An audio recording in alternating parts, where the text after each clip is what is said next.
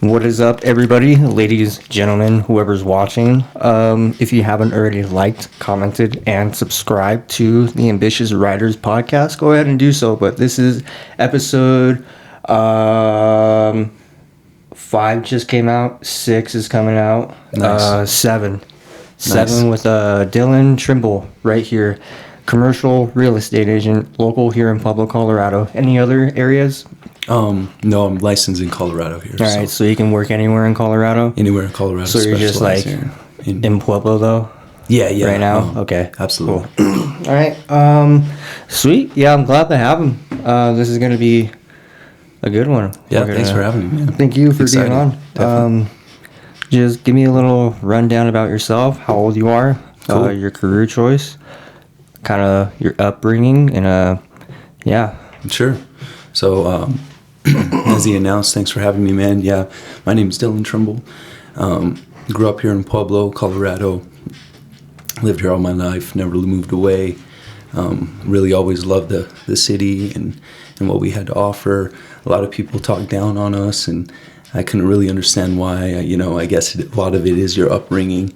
I had some parents that loved me tremendously and supported whatever I wanted to do.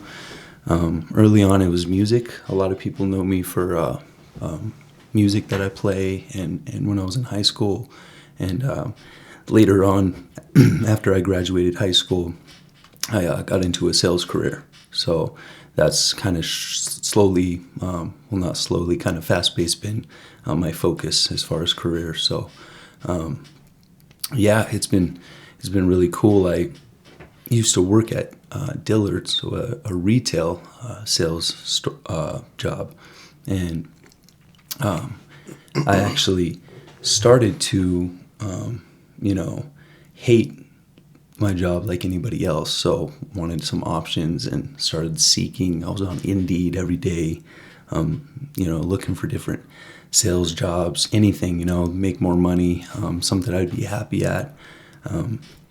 And I think, constantly kind of throwing that into the universe, finally something appeared. I realized I was really good at talking with people. I kind of had the gift of gab. That was one thing I did like about my job at Dillard's is you met so many different people, and that's where I learned that. So I had a guy about my age come in, and he was buying some jeans that I sold him, and I asked him about what he did, and he told me that he worked for a solar company and that he knocked on doors. And so I was really intrigued, and I didn't jump in right away. I took his information. We sat down for coffee and had a lot of questions and continued to work my 9 to 5. And then he would come in, check up on me, follow up, and finally I made the leap and went full time into knocking on doors, and found out really it's the same exact thing as talking to people. Instead of them coming to you in a store, you're really just going to them. And if you can handle rejection, you can make a lot of money. So I surrounded myself with like-minded people that had goals and ambitions and wanted to wake up, necessarily not on someone else's time, but do stuff that hit their goals when they wanted to. And so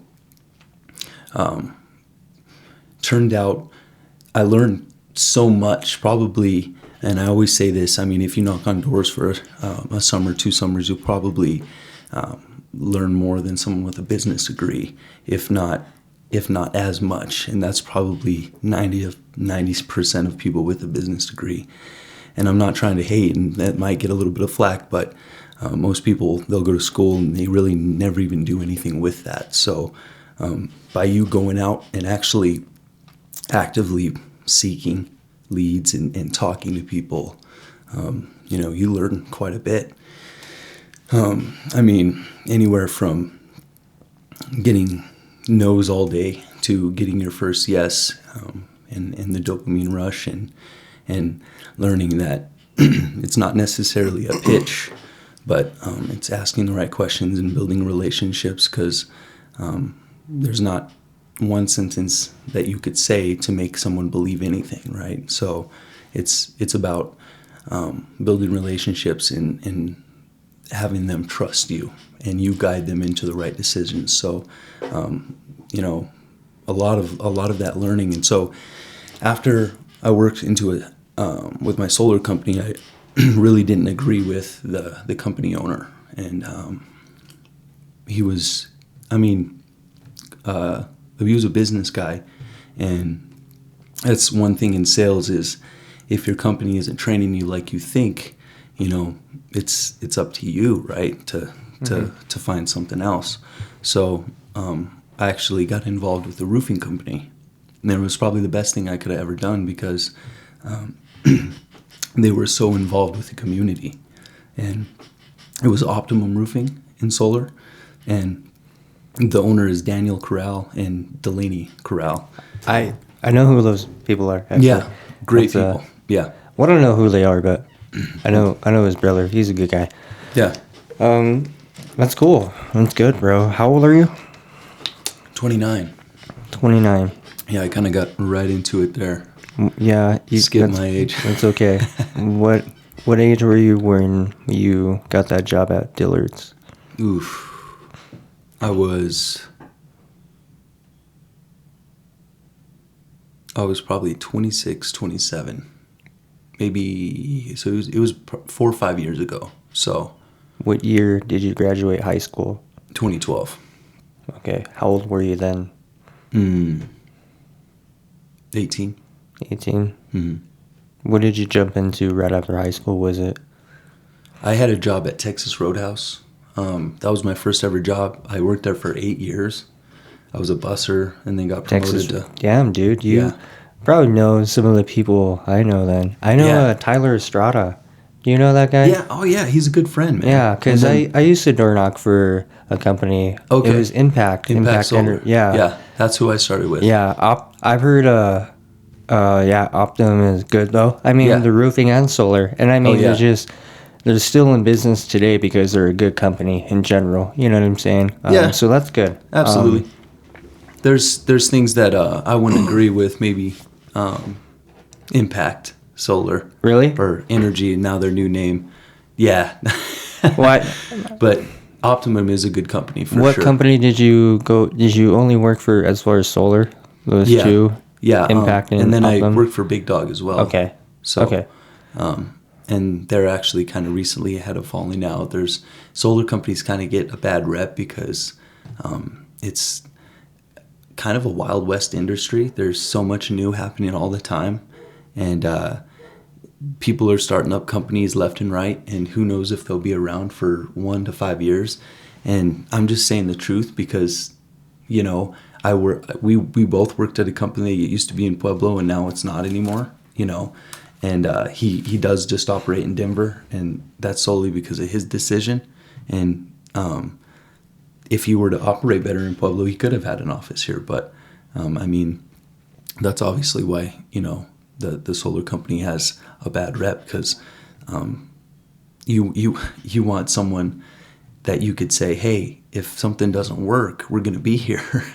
You know, and who's going to be able to take warranties on a loan of solar panels when, you know, the supplier's gone. And some might say, well, it's a manufacturer's warranty, but, you know, you still need help. Like, people don't know this, you know, they need some source. It's called good customer service. When I sell someone a home, they have my contact info. They could call me in a year, 5 years, and say anything or ask anything about real estate. It's, you know, it's not like, okay, I'm done.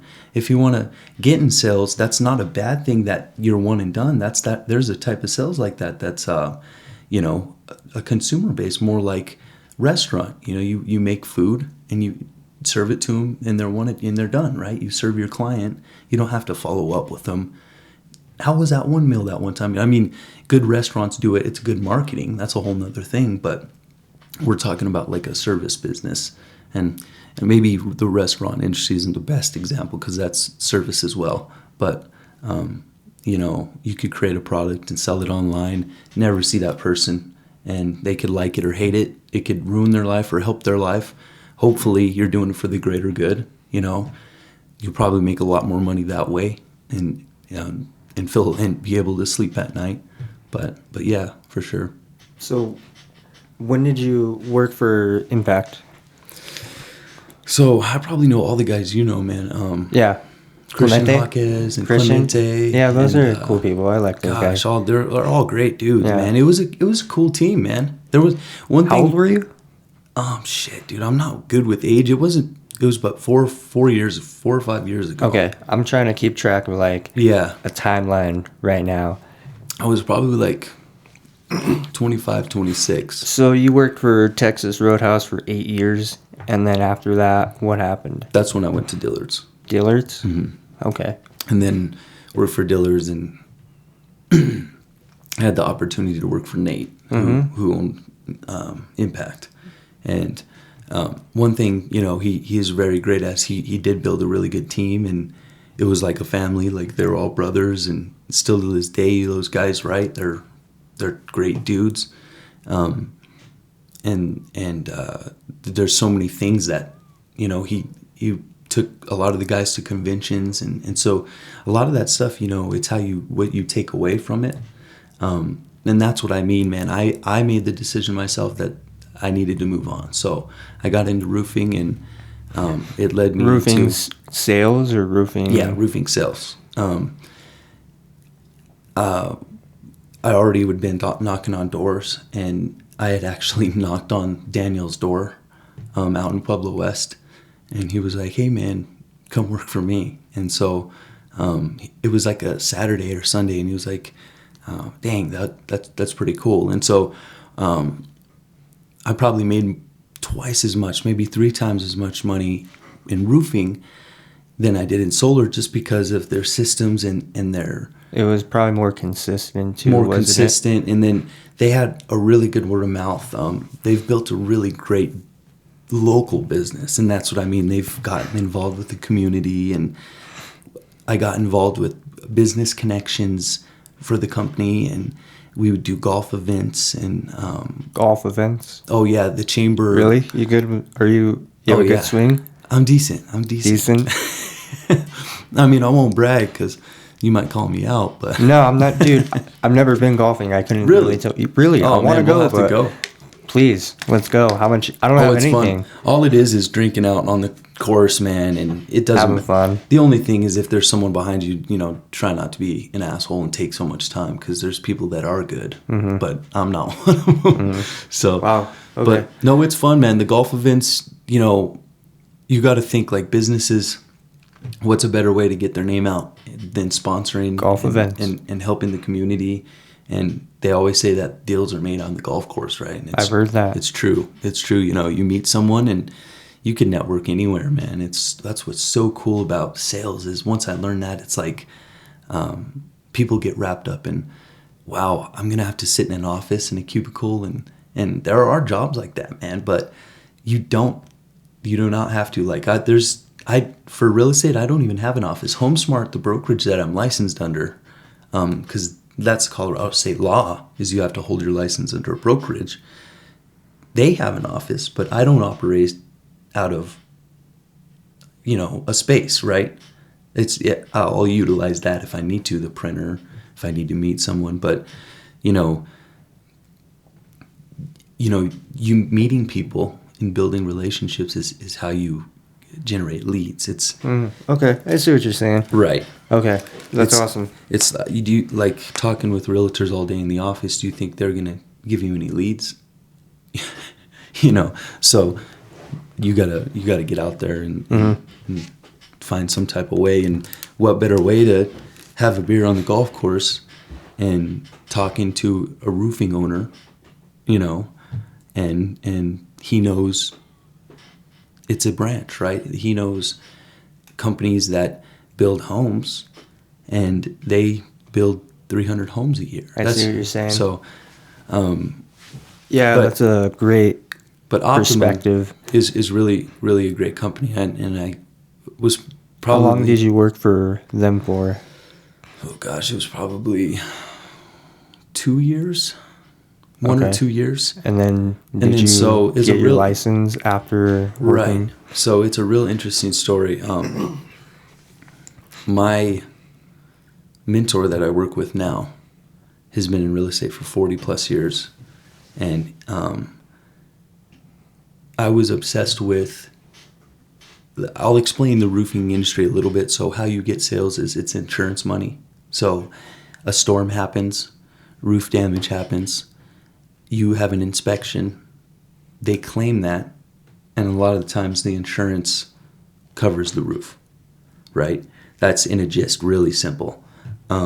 You get a commission off of the percentage of the roof. So, of course, I was driving by big apartment complexes, and I was like, okay, that's probably like 100 square foot of roofing material. That's a $30,000 paycheck. So I was obsessed with, I want to get one of these. And I would cold call property manager companies and ask, have they gotten inspections, and watch YouTube videos and door knock and everything, right? And so I found out that we had gotten a lead for a Budweiser building in Alamosa, and it was probably the biggest roof project we had at the time. And I forget how many square foot or what it was, but it's a big commercial building and it's a flat roof, so you could imagine that, there's some money to be made there. And I found out that the realtor who referred us that lead sold the property for, I think, a little over $2 million to Stephen Bush, who owns Anheuser-Busch, Budweiser, and Bud Light. And it blew my mind, right? I'm like, that's crazy. Someone here in Pueblo has that connection, Stephen Bush, the owner. And it's such a small world. One of the commercial listings that we have listed now is actually right behind the gym that we met. So I don't know if it was luck, what it was, but I ran into him at the gym and I automatically knew. I was like, he's the realtor that sold that property. So I introduced myself, and turns out my mom used to property manage some apartments that he sold like 20 years ago. So there was some social proof there, and she kind of got me in, right? And she was a badass in the day, and he had nothing but good to say about her. And so basically I was like, if I were to get licensed, can I work with you? And it took me about three and a half months to get all the time in and take my test, get licensed. So in between that time, he was mentoring me already. He was kind of like, we would get together and I remember one of the first things he told me is, never figure a commission, because if you figure the commission, then you're working for the money. And then if something happens, that's when you start making emotional decisions because you're acting for the money. And, there's certain times you need to figure your commission. It's not the first thing to do, right? So those were first steps, and it was not easy for me because I suck at taking tests, but I was determined, and I got licensed. And right away, man, he was taking me under his wing, and it's kind of funny. I have a really good friend who also got licensed at the same time, and there's a brokerage here in town who does. They are the top brokerage here in town that for residential.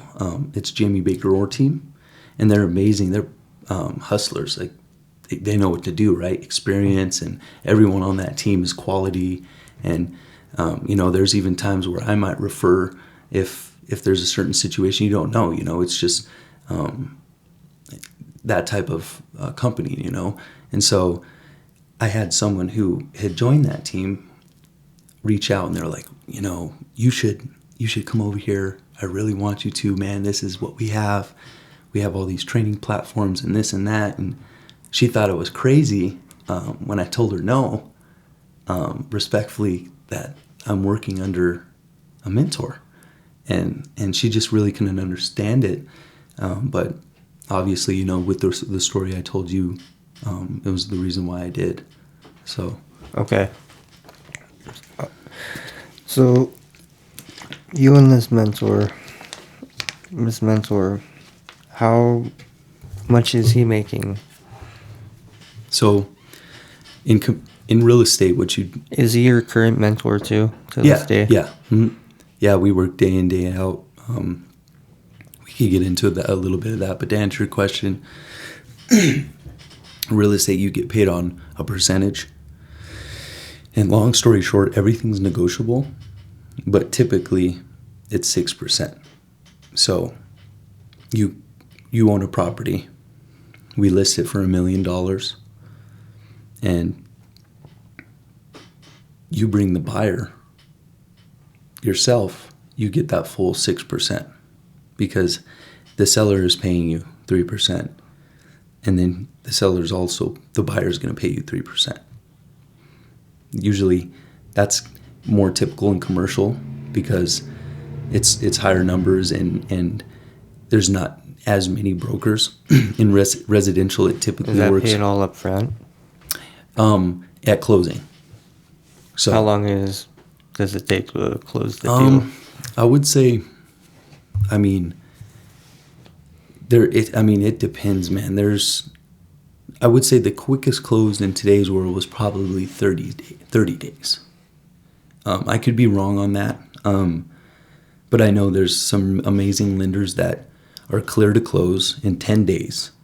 And if you have cash and you're buying a property and you skip inspection and you don't want an appraisal, so there's a lot to it that has a timeline. And so if you want to, and that's kind of dumb, I wouldn't suggest, if you want to opt out of all of that, then you might be able to close in 20 days, So typically in a commercial real estate transaction, they have environmental inspections. And it's weird because with residential, you're messing with people's livelihoods. People are living there.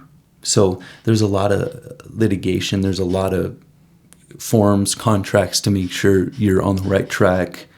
And in commercial, they're a little more laxed, but it takes a lot longer because it's all about return on investment.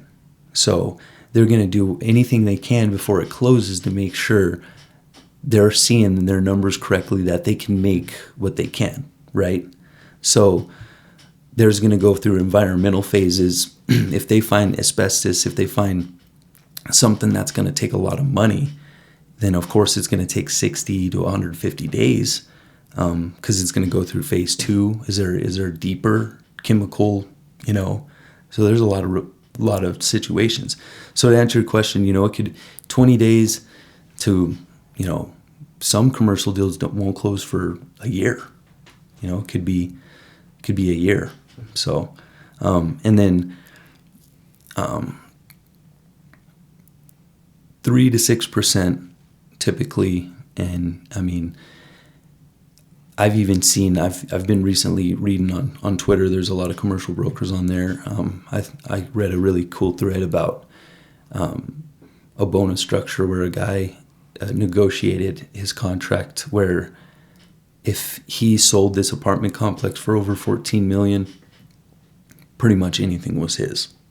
So that's all the seller wanted, right? If you give me my $14 million, I'm happy. So if he listed it and sold it for 25, that's how much profit he made. So okay, crazy. That is crazy. Those are crazy numbers, man.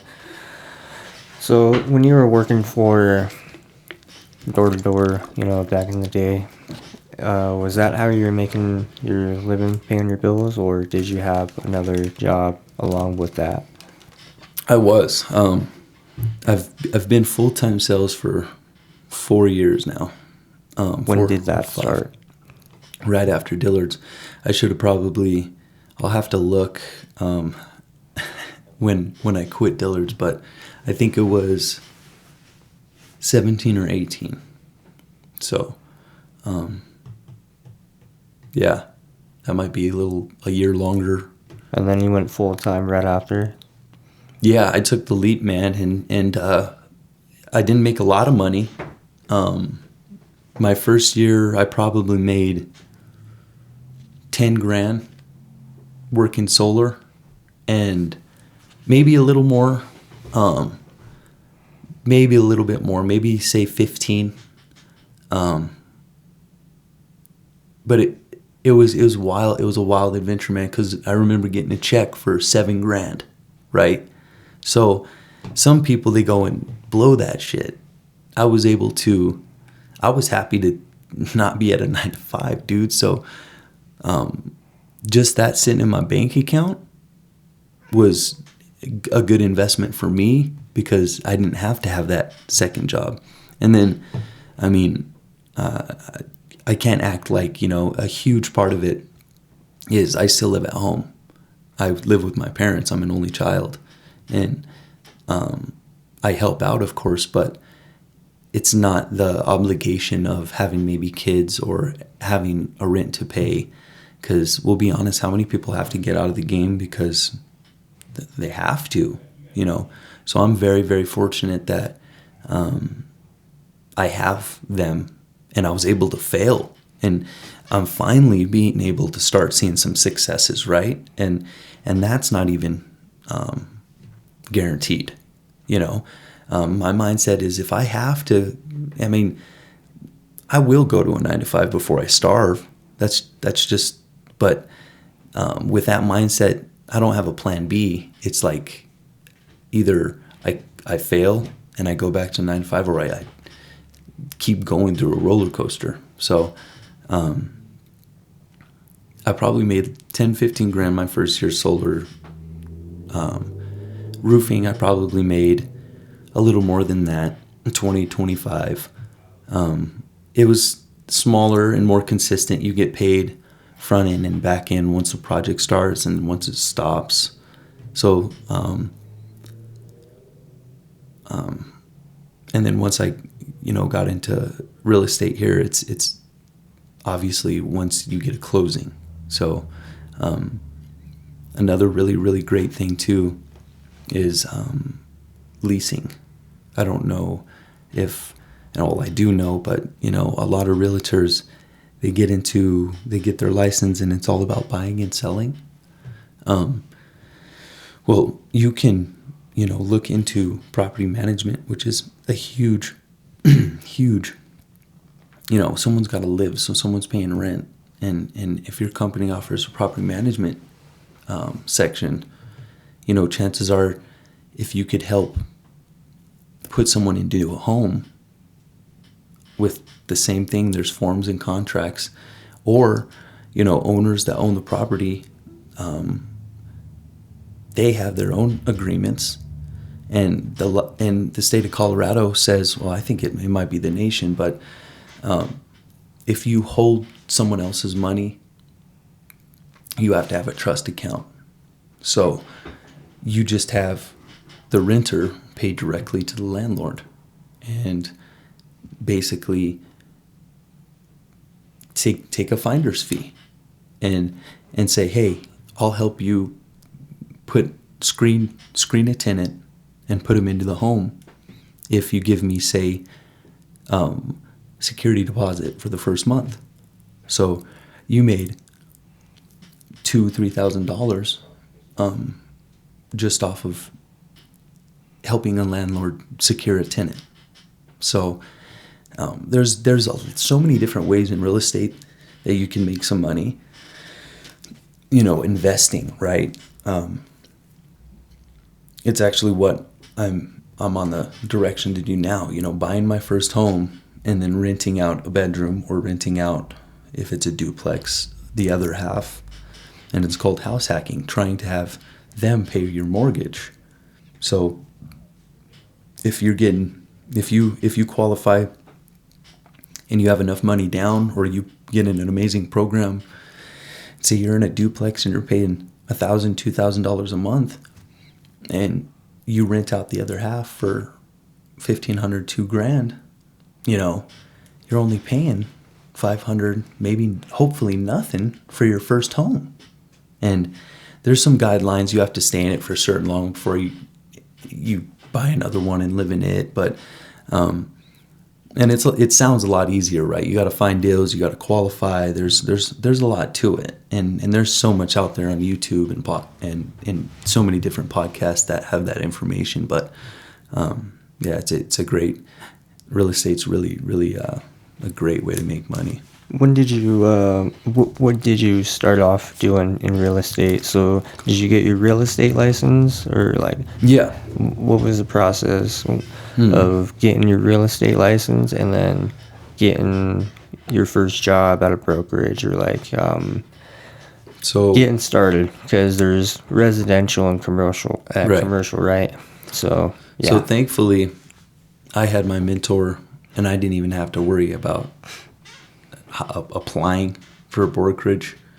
He was basically like, hey, this is who I'm mentoring, and the owner of the company allowed me to hang my license at his company. So I would suggest people, and if you do it, yeah, you do it that way too. But for me, I found my mentor first, and then I got licensed because I wanted to secure it. I didn't want to go into the market and feel like I had no one. So that's how I got into that. And then how you do it is, it's a pain in the ass to say in short, but you have to qualify for so much time. And then once you have like 180 hours of certificates, because you have to pass these little tests to sign off on your time, then you are allowed to take the exams, which is the state and the national. And so every state's different, and you can actually, there's partner states. So there's a couple states. Since I'm licensed in Colorado, I would just have to go to their local association's office, and I would be able to sell real estate there because it's like a partner, right? But otherwise, you'd have to get licensed in, say, Texas if I wanted to move there. But I'd have to test again. But it's not an easy test. It's not the same questions every time. There's no way you could find the answers before. If they find out that you're cheating, I'm not trying to intimidate anyone or anything. Go for it. If I could do it, honestly, because I suck at taking tests, and I know some girls that passed it the first time and it was just easy for them. For me, I was just determined. I was like, no, I got to get through this. But they have an auditor, so I did it at home, and he watched me through his camera the whole time, and I had to stay in frame. I had to show him my room and everything under my desk, and there's no way I could copy or write something down, and it was a lengthy process. But once I got licensed, it was honestly the best feeling ever, man. It was probably, I could still remember seeing the percentage over what you need to pass, and I couldn't believe it, right? It's like, holy shit, like I finally did it. And I was just that determined. So I won't tell you how many times it took me, but it took me more than 2. How many times? It took me 5 times. 5? It took me 5 times. But a lot of people give up, and that's the only way you're going to fail. Like, I don't look at it as I failed 5 times. I look at it that it just took me that long. And, if anything, that win was so much better, man. That's sweet, man. Congratulations on that. Thank you. That was 4 years ago? That was 2. 2? No, I think it's like a year and 3 months. But I like telling people 2. Okay. Because no one wants a newbie in the game, So you're just working with commercial real estate right now? The market was really good when I got licensed. Residential was amazing. I had one listing that I generated myself. The company didn't give it to me. My mentor didn't give it to me. He worked it with me, but he didn't give it to me, right? And we sold that home on the north side for $470. In today's market, it probably wouldn't go for $4. That's just how much the market shifted. So I've been focusing on commercial a lot more because it hasn't affected it as much. There's still a lot more opportunity, not only because of the market shift, but I mean, I think I might be the youngest commercial broker in Pueblo. The average age is probably 55, 60, and then commercial probably Pueblo probably has 7, 8 commercial brokers that actually make a living off just commercial, because any agent could take a commercial listing, right? But it doesn't mean that they're experienced or they, necessarily specialize in that niche. There's few here in Pueblo that specialize in that niche. So That's sweet.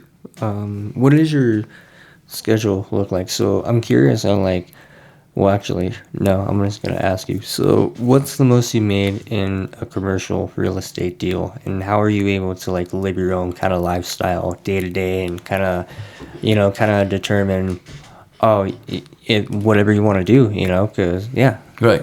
No, I'll be brutally honest, man. I have nothing to hide. My first year in real estate, I probably made less than I did at solar. And so it was really hard. And that's typical, man. I had my first deal in 3 months, which some realtors don't get a first deal in a year. So I was just thankful to have that. Try not to focus. I mean, it hurt, right? Try not to focus on. I knew if I brought value to my mentor, Randy Thurston, he would get me in, trust me more, eventually. And it wasn't until maybe 4 months ago I've made the most money that I've ever made in my life, and it was 16 grand. And from there, I've had more listings and opportunities and have more structure ever, right, than I've ever had before, just because from the built up momentum.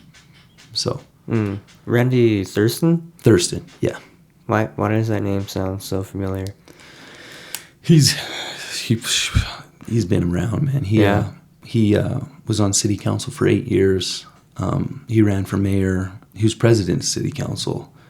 So they say that commercial real estate and politics are like chips and salsa. They go together well.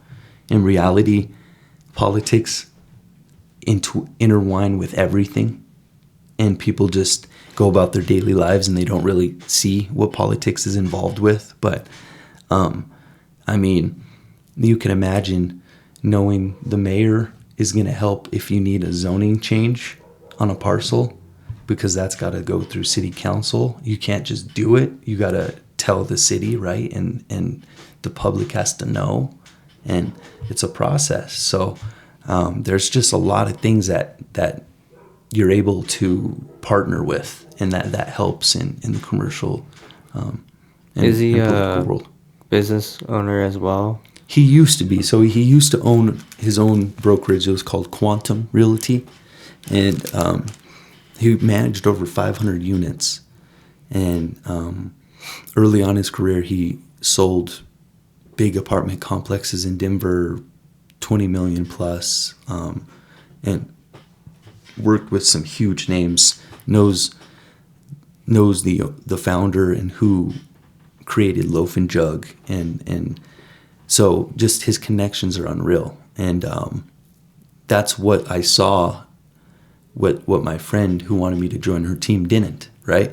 I was like, no, you don't understand. Like, of course, I've been working with this dude for a month already. So I was like, he would tell me a lot of stories, and I'm like, wow. And I had been in the sales game for a little bit now, so I could smell bullshit. So I know he wasn't, especially, throwing us a lead at Optimum. That was our biggest project, and probably the richest owner we've ever dealt with, Stephen Bush. I mean, he owns Budweiser. So that right there was enough for me to just trust him. Is Randy Thurston the guy who got that Steve Bush deal, or really? Right. Yeah. So do you know Steve Bush? Have you met Steve Bush? I've never met him. No. No? There's some people that I've met through him. I'm sure I'll meet But him. Randy one day. does? Yeah. And Steve Bush is Like he can give him a ring on his cell absolutely. real quick. They've done deals, and Hey, Steve. Steve's interested in Pueblo and eventually wants to invest in Pueblo. There's a lot of opportunity. So how does Randy make his money now? Oh man, His living. I don't want to run down his whole life, but I should have just started with that question. That's you really might be able to have him on sometime. I'm sure he would be up Derek for it. interviewed him. Yeah, twice. That's where it was. Yeah, I introduced Derek to Randy. Figured. But right Randy there. was asking questions about Derek because of the things he was doing. So That's sweet. yeah. That's sweet. I had okay. But no, man, he's a real good dude, and So he's not the he worked richest with man your in the mom? world, but he set himself up really well. Yeah, that's like for a very successful business He model. lives I down agree. on the Riverwalk in the Belisante, Really? the sexy, beautiful, Commercial real estate. yeah, the condos. That's sweet. I've always wanted to go in there. Yeah, man, that top suite. Beautiful. Oh my gosh, it's Beautiful. amazing. They were at one time. The owner was leasing it out for $8,000, just that top Lease? Yeah. Wow. So what is a lease, and how is that different from like renting or like It's any the other same kind thing. of? It's just another term for it. But isn't that like over a certain period of time? Right. Rent's just like month to month. Yeah. No. Rent could be 6-month, year terms too.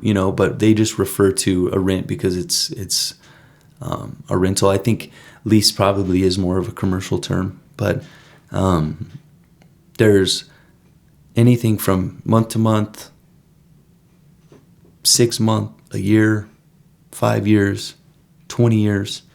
And then so you can imagine being a commercial broker,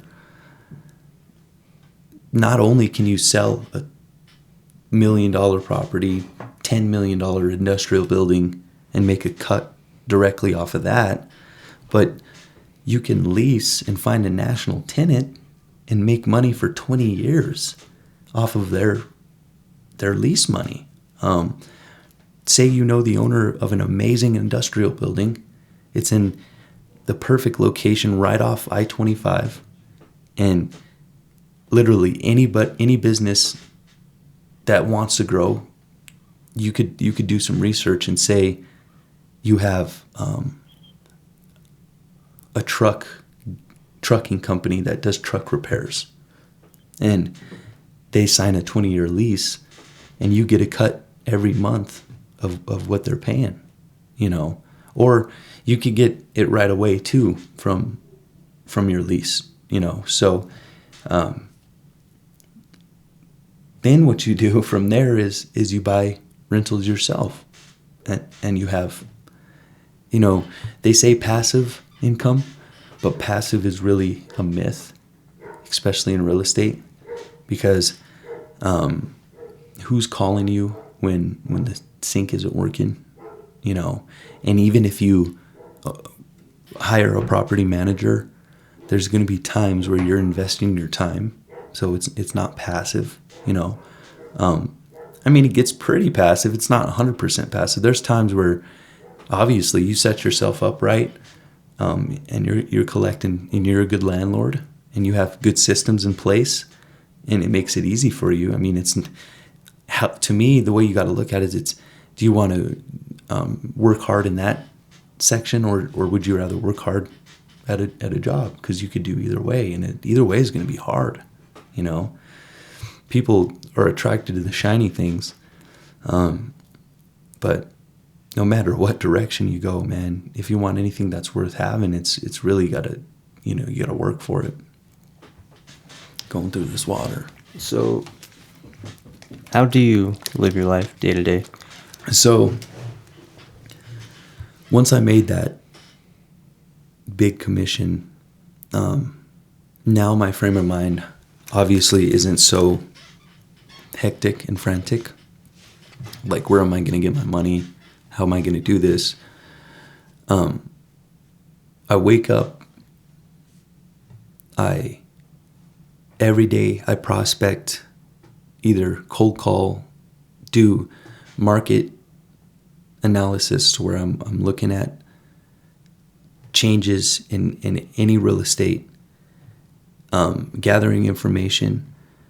I do that for at least an hour, 2 hours a day. Some days I get in a flow zone where I do it longer. And my mindset is I'm trying to give my mentor superpowers. So if I could bring him deals and all he has to worry about is maybe making a call and setting up a meeting, if I could find people and owners that want to sell their property and then say, perfect, we're the guys for you. I work with Randy Thurston. I'll call you with him tomorrow. And I just bring business to Randy. Why wouldn't he want to show me how to successfully be a commercial realtor, right? He's not having to call me every day. Hey, are you making sure you're cold calling? No. I'm obsessed with it. I'm like, hey, Randy, I drove past this vacant building, and he's like, and he's obsessed too, man. For 40 years, he's still obsessed. He's like, really? Okay, cool. Let's go drive by it. And so probably 4-5 days out of the week, he just comes pick me up. And see, my day-to-day, I don't have a set. I could probably get better at that. But I have systems that I do, right? And so once I do my cold calling and I have my prospecting, I'll bring him to Randy. And then, like I said, he'll have things and we'll just go do it. We'll go make calls, get meetings, walk into the business, find the owners, ask questions. When's your lease? Are you looking? Do you want to just stay here? Do you need to grow? I mean, it's easy conversations, especially if you care about businesses here in Pueblo. Like, I'm like, man, you're a badass owner, dude. Like, I've known you since I was little, and I see that you have growth, and how can I help, man? How can I add value? It's not just like, oh, I see you as a $10,000 commission check. No, that's not how it is. You own a business. I want you to make money, man. One of my best friends I met through Optimum Business Connections. His name is Jacob Montoya. He has a twin named Isaac Montoya, and probably the most generous guys I've ever met. You definitely will get a chance to meet them. They're actually at that hockey game when I ran into you. Nice. But anyway, they own an HVAC company, and the younger brother is an electrician. He's starting his electrician company. It's called Flowworks Mechanical and Grounded Electric. So, of course, Jacob, right now he's leasing a spot, and he's growing rapidly, man. This guy is doing some really cool projects, and we've had conversations, man. Help me find a building, Dylan. So that's how it starts, man. I'm not banking on,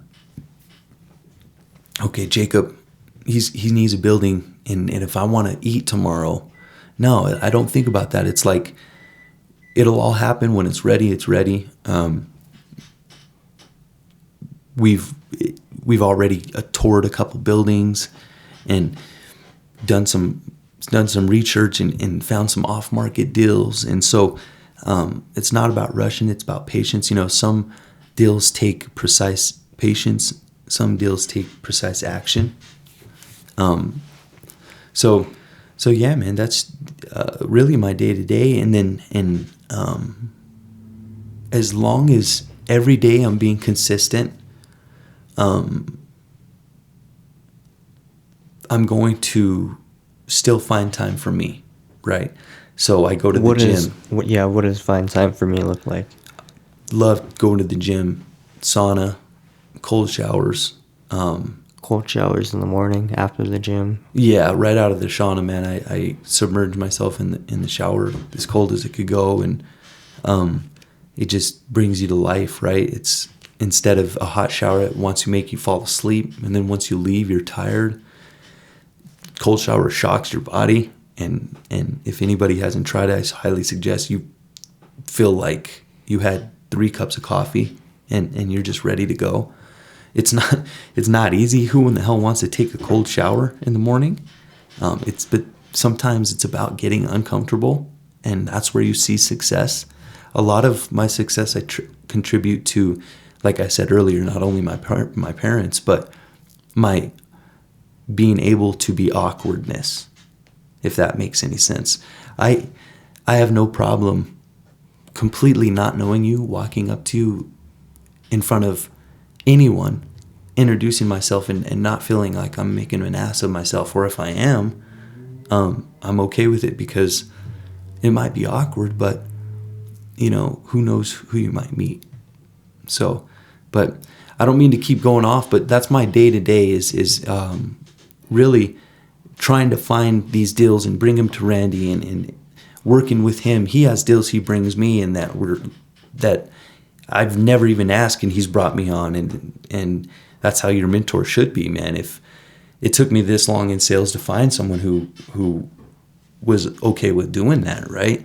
And right now I'm focusing on creating systems. So he's done it for 40 years. He has all his systems, and he's in a process where people know him and they know he means business. So a lot of his business comes from word of mouth. He doesn't need to necessarily market himself.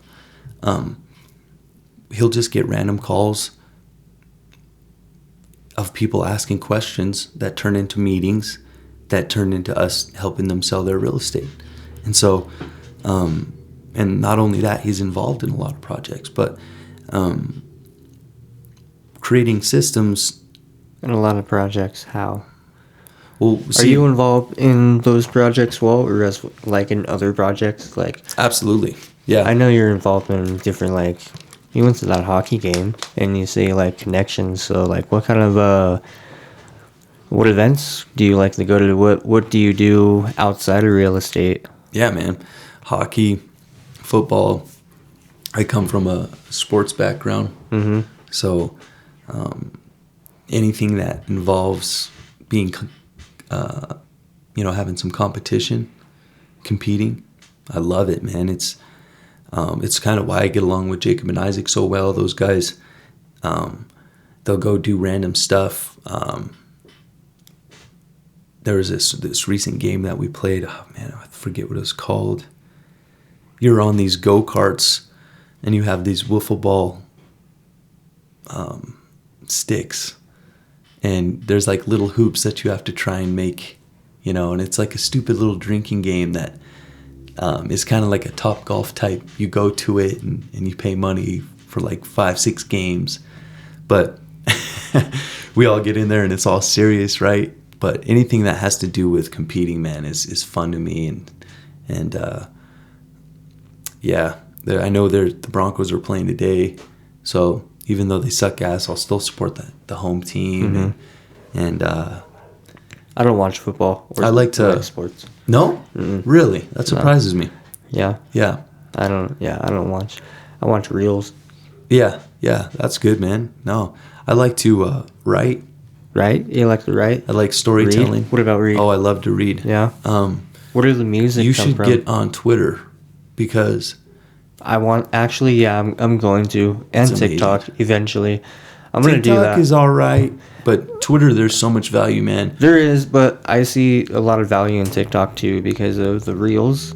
But I just need to absolutely put some work into getting better at reels and editing too. I mean, everything's just a process, bro. Oh, being consistent. You know what I'm saying? And that's all it is. The Twitter community is amazing, though, man. It's such a powerful networking tool. Like, I got off the phone with a commercial guy who lives in Austin, and I would have never met him if we didn't follow each other on Twitter, So I highly suggest, and it's all about 1-2 tweets a day, writing your story, asking questions, engaging on other people's posts. And people ask, so it's just being consistent, and same thing with TikTok, Instagram, all of it, man, for sure. But No, storytelling and writing. I'm listening to Shoe Dog by Phil Knight. Have you listened to that or read that? No. It's the owner and how we started Nike. Okay. Yeah, it's amazing, man. His name's Bill Nike, right? Phil Knight. Phil Knight? Knight. Nike? Yeah. Knight. Okay. Yeah. I thought it was Bill. Phil, okay. Phil Knight. Yeah. Amazing read, man. Where Absolutely amazing. did the music come from? You play guitar? Yeah, play guitar. Can't forget about that, man. What Music's else? a huge part of my life. I play a few instruments, but I mostly sing and play guitar. Sing? So, okay. How long have you been... Oh, man, since I was 12. Yeah? Yeah. So, When was your first, like, show you played? it was at the Bingo Burger. It was with my best friend Eli. And it's kind of like a business background too, man. We just walked in, cold call, business to business type scenario, and just said, hey, man, we have an hour of music. Could we set up here and you don't even have to pay us? Maybe let us open our case. And then the next time it was like, no, you guys are good. We'll pay you. Like, how's $100 for an hour? Like, sweet. And then the next time was like, yeah, and we'll throw in some food too. So not only are you getting paid, but you get some free food. So it was just fun, man. Me and my best friend Eli, who lives in Florida now, started the band together. We got to play at the Black Sheep, the State Fair. We got to work with a big producer who played in Tribal Seeds, and we played mostly kind of rock reggae music. Had a love for everything though, but huge part of my life. Yeah. Do you know the B Foundation? Yes. Mm-hmm. Sweet. Absolutely. Are they pretty local here in Pueblo? Or when they I don't know now. they Well, come I down think here? they might be. Yeah, they come down here a lot. Absolutely. often. Yeah, no, they do. They come to the Green Light. They'll go to the Bruzel House. We'll have to go to a show. I'm playing at the Copper River. I think it's I think it's January 13th. Where's the Copper River at? That's the. It used to be the old gutter house out Where? in Pueblo West. Oh, I don't know. So I'm playing January 21st. 21st? And I'll play like 3 hours. Okay. And now I'm doing an acoustic vibe, and my friend plays drums for me. And we do rock, reggae, and then I have some originals. Nice. So That's awesome, dude. thanks, man. You're welcome. So, okay. What time is it? Good question, man. 3:41. 3:40. Oh, okay. Going for a minute here. Yeah, we'll go for like a little longer. I want to ask about a few more things. I forgot. You're it's okay. You're speaking and then it's just Oh, no worries, man. Yeah. I forget about what I'm going to ask and then I got to like think about it again real quick. One thing I did want to ask was, so for anybody wanting to get into real estate, is there anything like you would just kind of not encourage me, yeah. If I wanted to make money outside in this 9 to 5, if I wanted to quit my job and go full time in any entrepreneurship, what would you say? And as far as like with real estate, because that's really big, what would you do? And kind of like, Well, any. if I were to go back, I wouldn't do solar. I would probably work for pest control. But the way I look at it is you want to get into a sales that is, something that you love and you're obsessed with. Because actually in Shoe Dog, Phil Knight started as an encyclopedia salesman, and he couldn't sell shit because he didn't give a shit about him. And that's what he found out later. And when it came to selling shoes out the back of his car, they went like hotcakes because he loved it, right? And it's an energy that you give. So my thing is, find something that you're obsessed with. For me, it was roofs, then it turned into buildings. I couldn't drive down a street without wondering who the owner was, what the quality of the roof was. Find something you're obsessed with, and then look for opportunities, because there will be opportunities that present themselves to you. Either if it's being able to monetize something that you love to do. If you love playing music, but you don't have a band and you want to go full time, maybe you could teach children how to play guitar and work on your own schedule instead of a 9 to 5, and then you scale that and you have the top guitar teaching company in the nation, because you set up different locations in different states, and now your school is badass. Basically, it's you move mountains by starting with small stones. So find something you're obsessed with, and don't worry about where. Just go. Just go. So as far as real estate, yeah, get licensed. I mean, right now is kind of scary with the market shift. No one really knows what's going to go on. So I would encourage investing, because the buying is going to be amazing. When you say investing, what do you mean? Investing in what? Buy some real estate. Get some homes. Find some tenants. People need to live, Get your hands dirty. Fix a home. Sell it. Find it shitty. And how much would, as far as numbers, and you wanted to go and put some money down on a property, what's the biggest type of investment we're talking about here? Are you gonna need a couple $1,000s, or a couple $100, or the right connection? What's going on with that? There's guys that you could literally go knock on a door and find someone motivated to sell their home for $60,000. And there's deals out there that maybe the owner will finance you and you just pay him. And then there's a balloon payment at a certain year and you pay it off. And you don't have to get financed from the bank. There's so many different ways. There's getting qualified, having programs, first-time home buying, and living with someone to pay your mortgage, as I explained, or finding a rundown, shitty home that